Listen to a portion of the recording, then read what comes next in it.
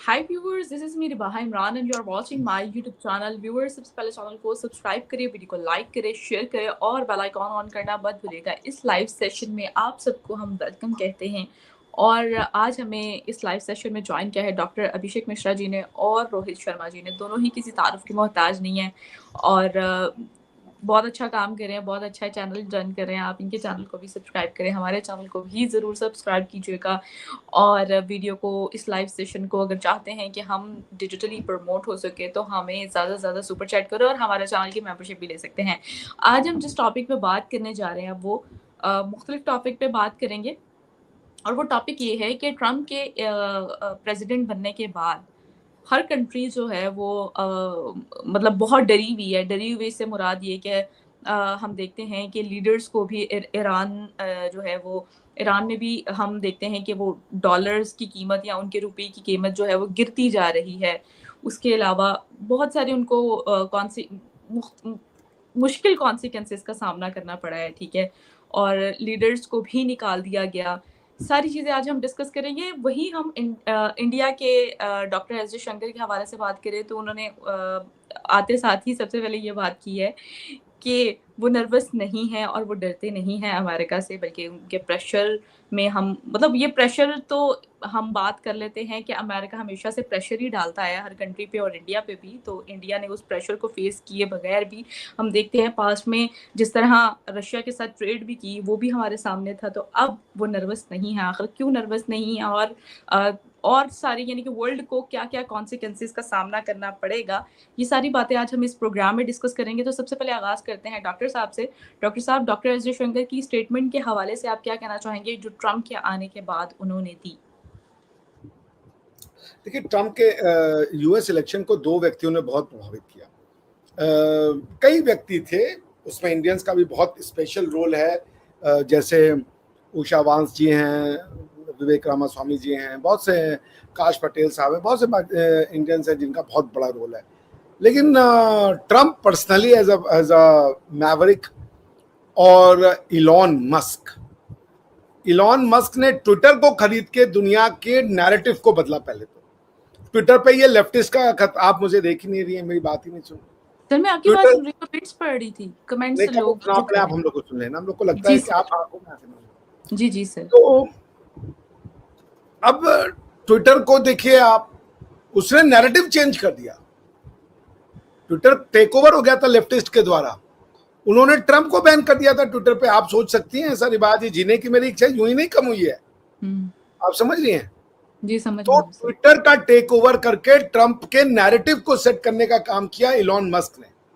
और Elon Musk के बाद जो है ट्रम्प एज अ मैवरिक आया एंड देन उसके ऊपर जो अटैक हुए, ये जो लेफ्टिस्ट हैं दुनिया भर के और जिन्होंने इस्लामिस्ट के साथ अपना एक टाई अप किया हो गया है, वो दुनिया में इवन जो प्रोग्रेसिव लोग हैं मुझसे इस्लाम में भी, उनको भी आगे नहीं आने देते। तो ये बिल्कुल एक तरीके से दुनिया डरी हुई है भाई। गलत नहीं कह रहे हैं जयशंकर साहब, और जयशंकर साहब बहुत माने हुए मंजे हुए खिलाड़ी हैं विदेश नीति के। वो भारत के चाणक्य हैं इस समय एज फार एज विदेश नीति इज कंसर्न। तो जयशंकर साहब ने कहा कि दुनिया वाकई में डरी हुई है और इसमें झूठ नहीं है। आप देख लें, हमास के लीडर्स को कतर ने रातों रात निकाल दिया। उन्होंने कहा चलो निकलो यहां से, बहुत हो गया, अब कुछ नहीं। ईरान को भी सिग्नल चला गया है कि अब दुनिया चेंज हो रही है। आज ये मैं आपको दिखाना चाहूंगा, आज ट्विटर पे कुछ शेयर किया है इलॉन मस्क ने, and I think people should see it. ठीक है ना? मैं इसको शेयर करता हूं, आप ला दीजिए इसको। Sure sir. देखिए दुनिया कहां जा रही है। अब देखिए ये जो स्टेटमेंट है, उस स्टेटमेंट का मतलब क्या है। Let me just explain in 2 minutes the Ukraine war. This is not an attack by Putin on Ukraine in the way that we are told every day. This started in 1990. James Baker III, our Secretary of State, said to Mikhail Gorbachev, NATO will not move 1 inch eastward if you agree to German unification. The U.S. then cheated on this, already starting in 1994, when Clinton signed off on a plan to expand NATO all the way to Ukraine. This is when the so-called neocons took power. The expansion of NATO started in 1999 with Poland, Hungary, and Czech Republic. Then the U.S. led the bombing of Serbia in 1999. That was a use of NATO to bomb a European capital, Belgrade, 78 straight days to break the country apart. The Russians didn't like that very much. But even Putin started out pro-European, pro-American, actually. He asked maybe we should join NATO when there was still the idea of some kind of mutually respectful relationship. 9/11 came, then... अभी तक मैं बता दूं क्या कहा, और ये किसने शेयर किया है? इलॉन मस्क ने। और कल इलॉन मस्क जो थे वो बैठे हुए थे उनके साथ, प्रेसिडेंट ट्रम्प के साथ, जब जेलेंस्की साहब का फोन आया है। इलॉन मस्क की वो पोजीशन है कि एक head of the state phone कर रहा है और उसको स्पीकर पे डाल रहे हैं ट्रम्प साहब, और इलॉन मस्क उसको सुन रहे हैं। और आज इलॉन मस्क ने इसको शेयर कर दिया। ये क्या कह रहे हैं? इन्होंने कहा कि जो अटैक किया है रशिया ने यूक्रेन के ऊपर वो अटैक नहीं है। उन्होंने कहा क्यों नहीं है? उसका कारण यह है कि मिखाइल गोर्बाचोव को वादा किया गया था रोनाल्ड रीगन की तरफ से, या जो भी उस समय के अमेरिकन प्रेसिडेंट थे, कि अगर आप जर्मन यूनिफिकेशन को ऑब्जेक्ट नहीं करेंगे, यानी ईस्ट जर्मनी और वेस्ट जर्मनी जो जोड़ रहा था उसके यूनिफिकेशन, बिकॉज कि उसमें देखिए ईस्ट जर्मनी जो था वो रशियन कंट्रोल में था, ईस्ट जर्मनी रशियन कंट्रोल में था, तो रशियन के बिना चाहे हुए जर्मनी यूनिफिकेशन नहीं होता। उसमें तो एक क्लॉज और था, ये जब वो सेकेंड वर्ल्ड वॉर के बाद का क्लॉज था कि अगर इनका यूनिफिकेशन होगा तो चारों पावर्स एग्री करनी चाहिए, अमेरिका, रशिया, फ्रांस और यूके, चारों विनर्स एग्री करने चाहिए जी। तो मगर बात यह है कि रशिया अपनी टेरिटरी छोड़ रहा था जर्मनी में, ये बहुत बड़ा चीज था। Russian territory in Germany, they were ready to let go for the German unification। Point ये है कि जब जर्मन यूनिफिकेशन की बात पे रशिया मान गया, और आपने उसके बदले में रशिया को क्या वादा किया था कि आप जर्मनी का यूनिफिकेशन होने दो, आप जर्मन टेरिटरी छोड़ दो। हम जर्मन टेरिटरी जब आप छोड़ोगे उसके बदले में ये वादा करते हैं कि ईस्ट वर्ड, यूरोप के ईस्ट में एक भी प्रमोशन, एक भी नेटो का एक्सपेंशन नहीं होगा। लेकिन किया उन्होंने नेटो का एक्सपेंशन ईस्ट में।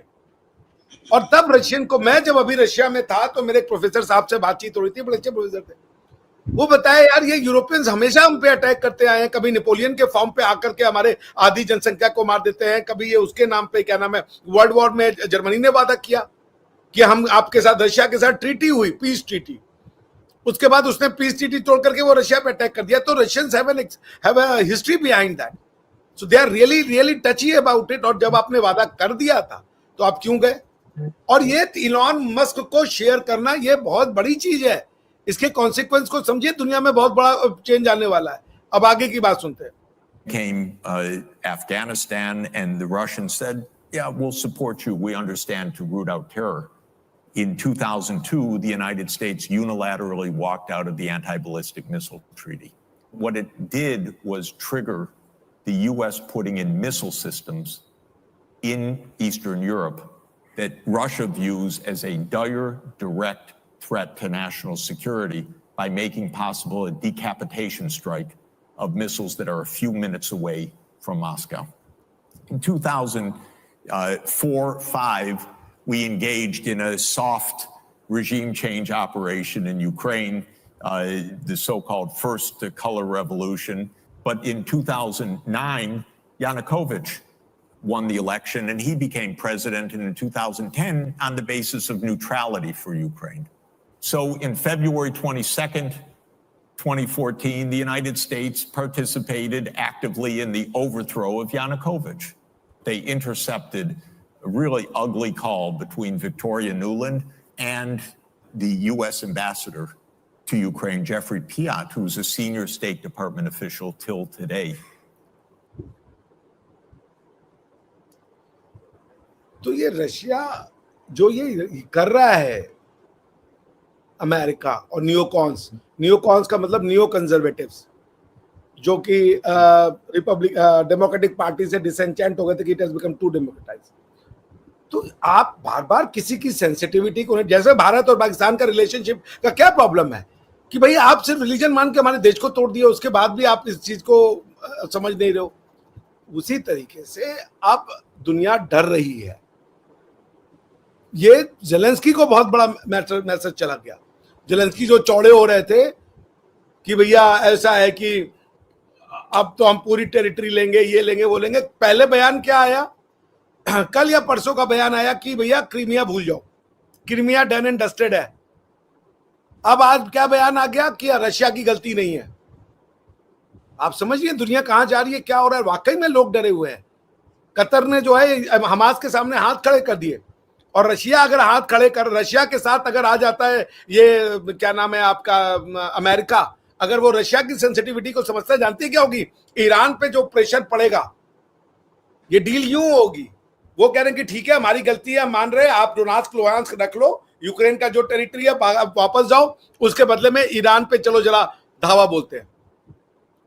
और ईरान जो है, ईरान क्यों, बिकॉज की जो इजराइल में हो रहा है, इजराइल की सुरक्षा के लिए दुनिया डरी हुई है। लेकिन इंडिया नहीं, इंडिया खुद इसका एक बहुत बड़ा शिफ्ट चाह रहा है, खुद इसका बहुत बड़ा पाई चाह रहा है। जी रोहित सर, आप क्या कहना चाहेंगे कि वर्ल्ड जो है वो क्या सिचुएशन में है इस टाइम ट्रम्प के आने के बाद, और जिस तरह उन्होंने इलेक्शन को विन किया है, जो प्रेसिडेंट बने हैं, और उसके बाद इंडिया ने जैसे प्राइम मिनिस्टर नरेंद्र मोदी ने उनको विश किया, उसके बाद और सुनने में ये भी आ रहा है कि उनका पहला जो विजिट होगा ना ट्रम्प का, वो इंडिया में होगा। और डॉक्टर एस जयशंकर ने कहा कि वो नर्वस नहीं है। इस पर आप क्या राय रखते हैं? देखो, पहला विजिट इंडिया होगा ये तो कोई गारंटी नहीं कर सकता, क्योंकि अभी तक हमें विजिट की आइटिनरी बहुत सारी चीजों पे डिपेंड करती है। एक बार ट्रम्प ओथ ले लें, उनको पूरा सरकारी अमला रिपोर्टिंग करना शुरू कर दे, तब उनको स्टेट डिपार्टमेंट रिपोर्टिंग करेगा कि आपका पहला विजिट यहाँ होना है। और वो स्टेट डिपार्टमेंट बताता है कि ये चीजें हैं आपके साथ, ये आपके सामने। सपोजिंग इंटरव्यू पहला विजिट इंडिया बना लिया और ईरान इजराइल वॉर होने लगी, तो वो बोलेंगे ना आप इजराइल पहले जाइए, इंडिया बाद में देखिए। तो वो उनको सरकारी अमला रिपोर्ट नहीं कर रहा है 4 साल से, तो वो 4 साल से आउट ऑफ टच हैं। ऑफ कोर्स सारे फॉर्मर अमेरिकन प्रेसिडेंट्स को इंटेलिजेंस की जो सीक्रेट ब्रीफिंग होती है उसकी मेल जाती है, पहली चीज। अच्छा, ये प्रक्रिया इंडिया में भी होती है, मेल नहीं जाती इंडिया में, लेकिन हाँ ब्रीफिंग होती रहती है फॉर्मर प्राइम मिनिस्टर्स को। क्यों होती रहती है कि सपोजिंग या 1-2 मिनिस्टर्स हम लोग संभाल के रखते हैं कि ये हमारे प्राइम मिनिस्टर अवेलेबल नहीं है तो इस मिनिस्टर से हम काम करवाएंगे, इससे काम। सपोजिंग पूरी पार्लियामेंट ही उड़ गई तो किसी से तो काम करवाओगे, किसी को तो पता होना चाहिए न्यूक्लियर कोड्स कहाँ हैं, किसी को। तो हम फॉर्मर प्राइम मिनिस्टर्स को संभाल कर रखते हैं, फॉर्मर प्राइम मिनिस्टर्स को ब्रीफिंग देते रहते हैं। वो भी उधर भी वही होता है कि भैया ये चला गया तो फिर कैसे चलाओगे, क्या पता किसको। तो फॉर्मर प्रेसिडेंट्स को भी ब्रीफिंग दी जाती है वहाँ पे भी, यहाँ पे भी, हर जगह। तो अभी ये 4 साल से बाहर है, तो 4 साल से स्टेट डिपार्टमेंट इनको ब्रीफिंग नहीं दे रहा है। अभी ब्रीफिंग शुरू होगी तब। जहां तक बात ये कि नर्वस नहीं है जयशंकर साहब, जो हैं वो इतने साल एक्सटर्नल अफेयर्स मिनिस्ट्री में काम कर चुके कि नर्वस होने का चांस ही नहीं। उनको पता है, उनको ये भी पता है प्रेशर में कैसे डील करना है, उनको ये पता है मुझे कहाँ क्या बोलना है। एक वर्ड उनके मुंह से नपतोला निकलता है, उनको पता है सेटिंग कैसे करनी है। दूसरी चीज, इंडिया पूरी वर्ल्ड ही जुगाड़ पे चलती है, पता है, पूरी वर्ल्ड जुगाड़ पे चलती है। जुगाड़ मतलब कुछ सेटिंग करके निकाल लिया, ये साल, अगला साल फिर देखेंगे, उससे अगला साल फिर देखेंगे, क्योंकि किसी को नहीं पता है कि अगले साल क्या सिचुएशन होगी और उससे अगले साल क्या होगी। हम रन टाइम पे डायनेमिक कॉल्स ले रहे हैं। ऐसा नहीं है कि हमारे 5 इयर्स प्लान। एक टाइम था जब मैं और डॉक्टर साहब छोटे थे तो इंडिया में 5 ईयर प्लान का बड़ा जोश हुआ करता था। 5 ईयर प्लान में ये होगा, 5 ईयर प्लान में ये होगा। आज तो 5 ईयर प्लान है कहाँ, पता ही नहीं है। We don't know. मुझे और डॉक्टर साहब को ये नहीं पता है कि हमारे 5 ईयर प्लान में लिखा क्या है। उस समय में स्कूल में पढ़ाया जाता था कि 5 ईयर प्लान में ये होता है, 5 ईयर प्लान में, इस 5 ईयर प्लान में हम ये बनाएंगे। 5 year plan, everybody is least bothered। बाद में गया 5 ईयर प्लान। हम लोगों ने तकरीबन, इंडिया वो कंट्री है जिस कंट्री में सबसे ज्यादा शहरों में मेट्रो चल रही है। आज से 30 साल पहले इंडिया के एक शहर में मेट्रो नहीं थी, एक शहर में। हमने 20 साल में विदाउट फाइव प्लान की जरूरत ही नहीं थी। हम प्लान करते चले गए, इंप्लीमेंट करते चले गए। और इंडिया ने चाइना को पीछे छोड़ा इसमें, अमेरिका को नहीं, अमेरिका और पीछे। सबसे ज्यादा शहरों में मेट्रो हम चला। फिर देखो तो हमारे रोडवेज, हाईवेज किस स्पीड पे बन रहे हैं। तो हम 30 साल पहले सोच भी नहीं सकते थे, इस चीज को नहीं सोच सकते थे। और आपको पता है पहली मेट्रो हमने क्यों बनाई थी? पहली मेट्रो हमने तब बनाई थी जब हमें कॉमनवेल्थ गेम्स मिले थे। और कॉमनवेल्थ गेम्स जब मिले थे हमें, तो उस समय हम लोगों ने कमिटमेंट दी थी कि हम अपने दिल्ली के ट्रांसपोर्ट को अच्छा करेंगे। उसके लिए मेट्रो प्लान को इमीडिएटली हमने इंप्लीमेंट किया, सटासट बनाते चले गए हम लोग। हमने 8 साल में मेट्रो ऑपरेशनल कर दी। 8 साल में हमने इतने फ्लाईओवर्स ऑपरेशनल कर दिए दिल्ली का ट्रैफिक क्यों भागता है। जहां 1 घंटे का जैम हुआ करता था एम्स के नेटवर्क पे, एम्स के क्रॉसिंग पे और दूसरी क्रॉसिंग्स पे, आज वो जैम ही नहीं है। एकदम रोलर कोस्टर राइड है। ऊपर फ्लाईओवर पे जाइए, नीचे आइए, फ्लाईओवर पे जाइए, नीचे आइए, दैट्स इट।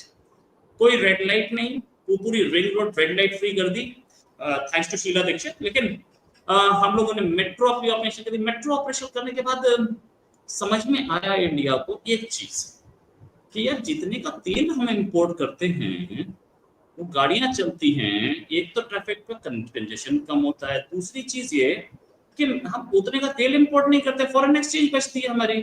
तो हम मेट्रो क्यों ना बनाएं? हमने मुंबई वर्ली सीलिंग बनाया, ठीक है। वर्ली सीलिंग बड़ा फेमस सीलिंग है बॉम्बे में, ये जानते होंगे डॉक्टर साहब। 180 करोड़ का बना था। उस पर टोल लगता है, 20-25 रुपए लेते हैं। उनसे पूछा गया कि आपने टोल जो बनाया था, इसका रेवेन्यू कितना? 180 करोड़ आपने लगा दिए। तो पता है उन्होंने जवाब क्या दिया? उन्होंने कहा कि रेवेन्यू तो कुछ नहीं है, लेकिन जितनी गाड़ियां पास कर गई हैं उससे हम जितनी गाड़ियों ने क्रॉस किया है, अगर हम उसको किलोमीटर में देखें तो ये गाड़ियां घूम के जाती, और घूम के जाती तो 180 करोड़ से ज्यादा का तेल लग भी बचा लिया हमने, फॉरेन एक्सचेंज की करेंसी बचा ली हमने। This is what India is up to. तो ये हम जुगाड़ पे चल रहे हैं, सब जुगाड़ पे चल रहे हैं, और कोई डरता नहीं है। कल क्या होगा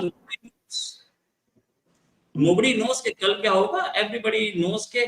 हम आज चला रहे हैं, बढ़िया है, कल ओनली गॉड नोस। हम उम्मीद भी नहीं कर सकते थे आज से 1 साल पहले कि इतने स्विफ्टली चाइना पीछे भाग जाएगा। हम 1 साल पहले ये उम्मीद नहीं कर सकते थे कि ट्रम्प वापस आ जाएंगे। ट्रम्प पे इतने केसेस डाल दिए थे।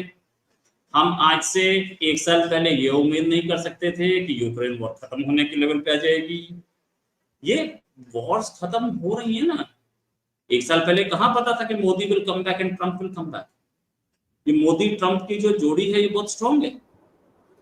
आज से 1 साल पहले, क्योंकि हम हर साल का एक्सटेंशन ले रहे हैं अब अपनी पॉलिसी में। 1 साल बाद पता नहीं क्या होगा, लेट्स सी। कोई डर वो नहीं, सब बढ़िया चल रहा है।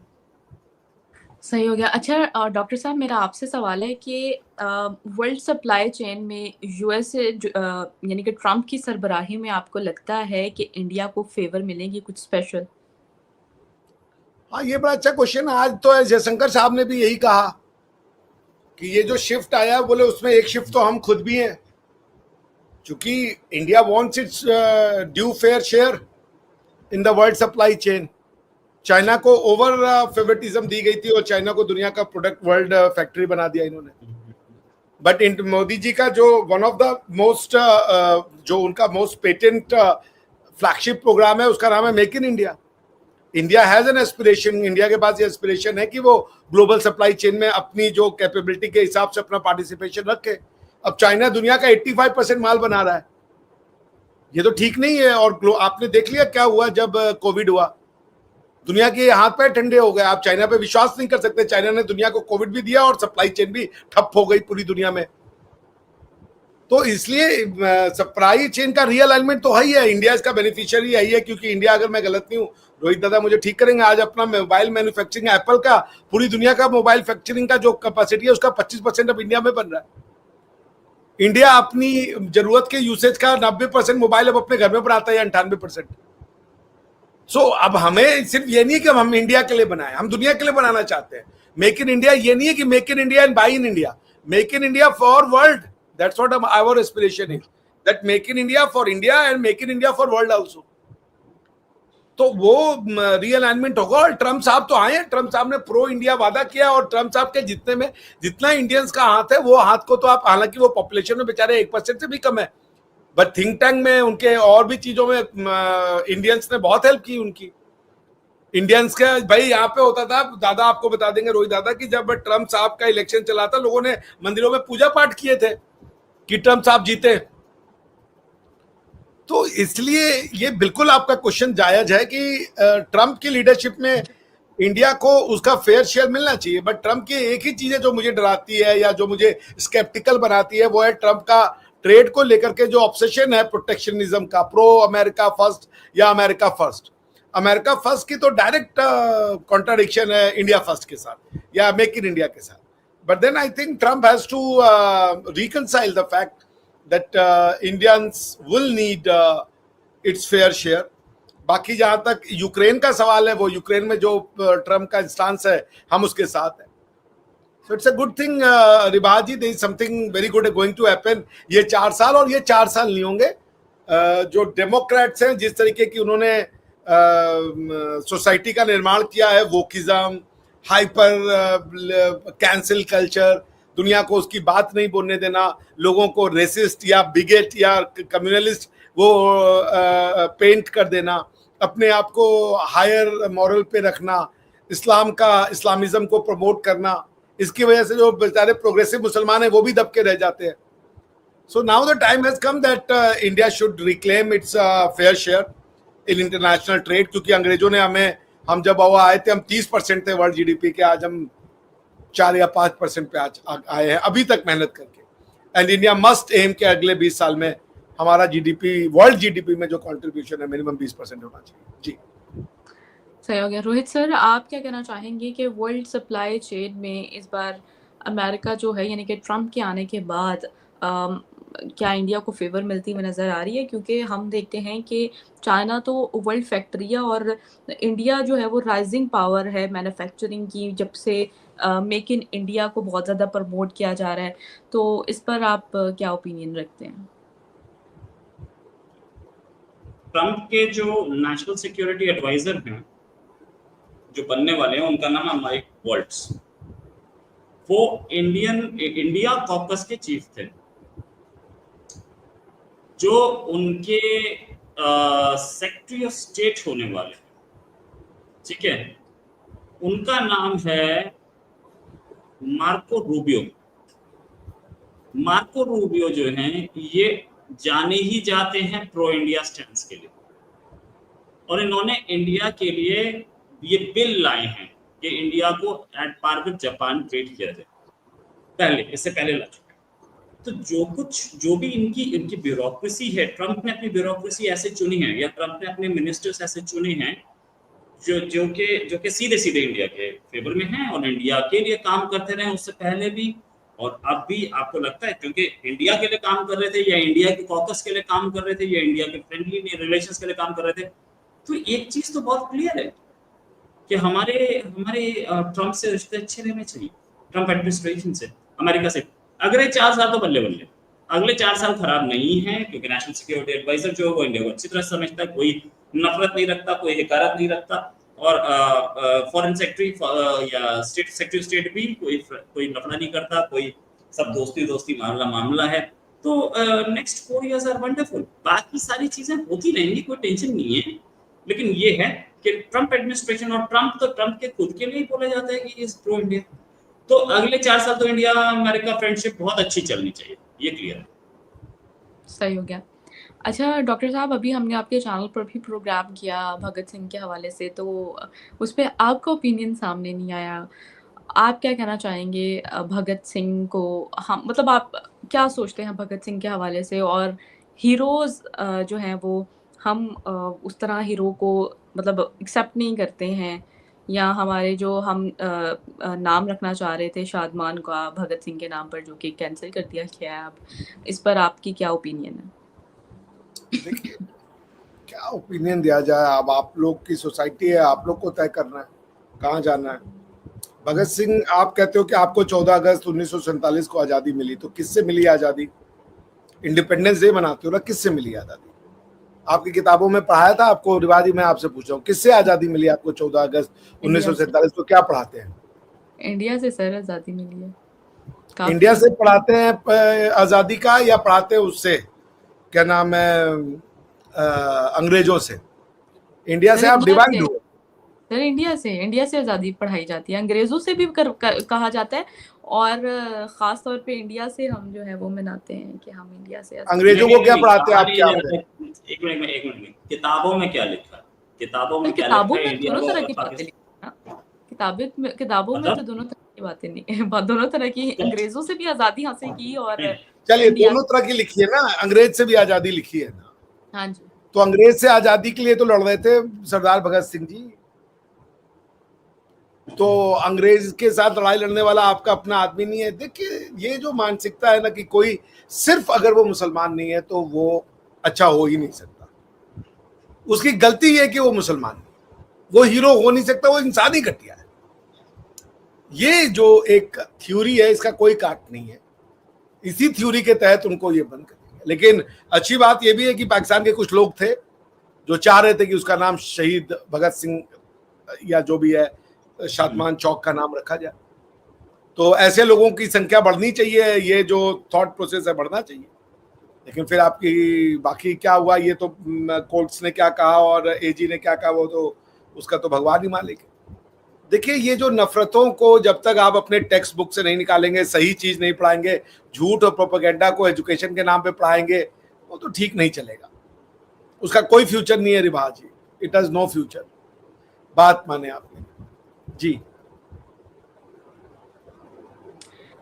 रोहित सर, मेरा आपसे भी सवाल है कि आप भगत सिंह के हवाले से क्या सोच रखते हैं और इस न्यूज़ को देखते हुए आपकी क्या राय है? यार एक बात बताओ, अगर अगर पाकिस्तान भगत सिंह को शहीद नहीं मानेगा तो वो शहीद नहीं होंगे क्या? ना माने, ना माने। भगत सिंह को शहीद इसलिए नहीं माना जा रहा क्योंकि वो सिख थे। तो ये तो हमारे खालिस्तानियों के लिए एक वो है, सबक है भाई, तो कि वो भगत सिंह ने उस एरिया के लिए किया।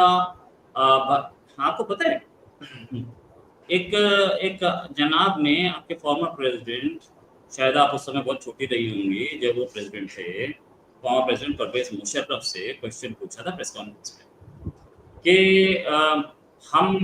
ये सर गंगाराम हॉस्पिटल है, इसका नाम अब भी सर गंगाराम हॉस्पिटल क्यों? हम उनका नाम क्यों यूज कर रहे हैं? कैसे हमारा किसी अपने का नाम होना चाहिए? तो जनरल परवेज मुशर्रफ ने बहुत अच्छा जवाब दिया कि बोले कि ठीक है, बिल्कुल हम आपके नाम पे रख देंगे। आज जितना उन्होंने हमारे कंट्री के लिए किया उससे ज्यादा आप कर दीजिए, हम आपके नाम पे रख देंगे, कोई टेंशन नहीं। सर गंगाराम की बात कई बार हो चुकी है। सर गंगाराम ने उस इलाके में अपने पैसे से इरिगेशन कैनाल निकाली थी, हॉस्पिटल बनाया था। लाहौर इलाके में अगर खेती हो रही है, उस जमाने में हुई थी और आज भी हो रही है, तो सर गंगाराम की मेहरबानी से, वरना इस एरिया में खेती कहाँ हो रही, पानी नहीं था इस एरिया में। और ये लोग अब ये सिचुएशन में आ चुके हैं कि गंगाराम का नाम हटाओ। जनरल परवेज मुशर्रफ को बोलना पड़ा कि उस आदमी ने इतना काम किया था हमारे लिए, आप बोल रहे नाम हटाओ, यार मजाक में न रखते क्या आपने? तो ये सोचने वाली बात है। भगत सिंह ये वही खून है, दिस इज द सेम खून जो किसी का एहसान नहीं मानता, वो सिर्फ ये देखता है कि कौन मुसलमान है कौन नहीं है। तो फिर ठीक है, ये इस चीज का आगे आने वाले टाइम में बहुत सीरियस वो होंगे, इम्प्लीकेशंस होंगे जो सबको दिखेंगे। आपने पहले नहीं माना था किसी का एहसान, आपने पहले नहीं माना कि ये लोग हमारे हैं, इंडियंस जो है हमारे हैं, हिंदूज के साथ थे हम, बाप दादा हमारे सेम थे, ये नहीं माना था। आपने बोला हम हिंदुओं के साथ नहीं रह सकते। आज आपको दिख रहा है ना कि किस पोजीशन में आप हो। 70 साल बीते हैं, बस ऐसा भी नहीं 1000-2000 साल हुए। 70 साल में भी आप देख लो, आप किस पाकिस्तान में कहाँ है और इंडिया कहाँ है? पाकिस्तान का पासपोर्ट कहाँ है, पाकिस्तान की करेंसी कहाँ है, पाकिस्तान के लोग कहाँ है, पाकिस्तान में एजुकेशन लेवल क्या है, पाकिस्तान में एमिनिटीज का लेवल क्या है, पाकिस्तान में जीडीपी के एंगल से देख लो, पाकिस्तान में आप हर एंगल से ट्रेन देख लो पाकिस्तान की, इंडिया की ट्रेन से कंपेयर कर लो, एरोप्लेन मतलब अपना सिविल एविएशन कंपेयर कर लो, एयरपोर्ट कंपेयर कर लो, सब कुछ कंपेयर कर सकते हो। नहीं हो ना, आपको समझ में आ रहा है ना कि आपने अपनी पास्ट को जब छोड़ा तो उसके बाद क्या हुआ, दोबारा पास्ट को छोड़ लो, समझ में आ जाएगा। तो ये पाकिस्तान की सिचुएशन। सही हो गया। और एंड पर एक सवाल आपसे करूंगी डॉक्टर साहब, क्या मैसेज देना चाहेंगे हमारे व्यूवर्स को जो आपको देख रहे हैं? किस हवाले से? पाकिस्तान के हवाले से? भाई आपके व्यूवर्स को मैं यही देख रहा हूँ कि इस तरीके के डिसीजन ना लें, प्रोग्रेसिव आउटलुक रखें और बस खुश रहें, आबाद रहें, हेल्दी रहें। गले की वाट लग चुकी है और मेरे। सर ये पोल्यूशन फैली हुई है, इसका क्या करना है? क्योंकि गोवा में पोल्यूशन नहीं है तो मुझे तो पता भी नहीं है। इंडिया में भी लोग रो रहे हैं पर गोवा में तो एकदम नहीं है पोल्यूशन। सर इतना बुरा हाल है यहाँ पर लोगों को, और बहुत स्वेयर प्रॉब्लम हमारी यूथ को फेस करनी पड़ेगी लंग्स की, जितना यहाँ पर स्मोक का बुरा हाल है। तो सर आप तो दिल्ली में रहते हैं, आप बताएं वहाँ पर क्या सिचुएशन है? इतनी पोल्यूशन नहीं है दिल्ली में। दिल्ली में है, आप हेज है, लेकिन उस वो वाला नहीं है जो लाहौर की मुझे वीडियोस दिख रहे हैं, फोटोज दिख रहे हैं। शायद हवा उस साइड की चल रही है तो वो पोल्यूशन उस साइड ले जाएगा। हवाएं भी आप छोड़ रहे हैं। सही हो गया। Thank you so much Rohit sir, doctor साहब, आप दोनों के वक्त का बेहद शुक्रिया। व्यूअर्स अपनी राय का इजहार नीचे दिए गए कमेंट सेक्शन में ज़रूर कीजिएगा, और नेक्स्ट प्रोग्राम तक के लिए हमें दें इजाज़त। Thank you so much.